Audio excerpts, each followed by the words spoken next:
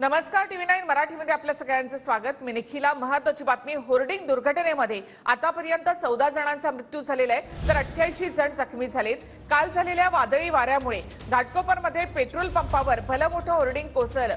हे hoarding ego media कंपनीचं होतं आणि या कंपनीचा संचालक भावेश भिडे याच्यासह इतरांवर सदोष मनुष्यवधाचा गुन्हा दाखल करण्यात आलेला आहे। हे होर्डिंग 120 बाय 120 फुटांचं असून लिम्का बुक ऑफ रेकॉर्ड मध्ये याची नोंद झालेली आहे।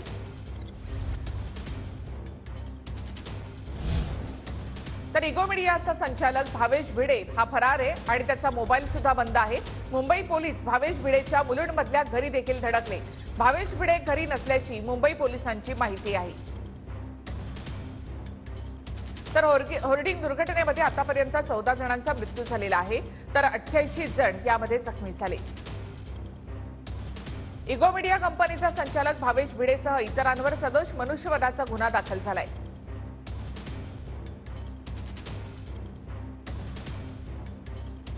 इगो मीडियाचा संचालक भावेश भिडे फरार आहे आणि त्याचा मोबाईल सुद्धा बंद आहे।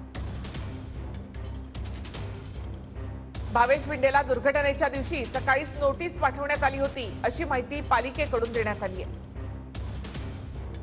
6 कोटी 13 लाखांचा दंड भरण्याचे पालिकेने नोटिशीमधून आदेश दिले होते।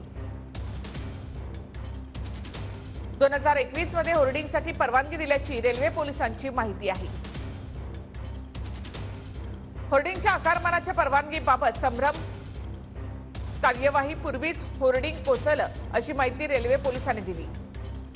कोसळलेल्या होर्डिंगची उंची 120 बाय 120 फूट असल्याची माहिती आहे।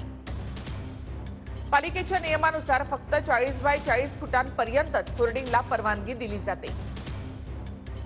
होर्डिंगसाठी परिसरातील झाडांवर विषप्रयोग झाल्याची देखील पालिकेची माहिती आहे।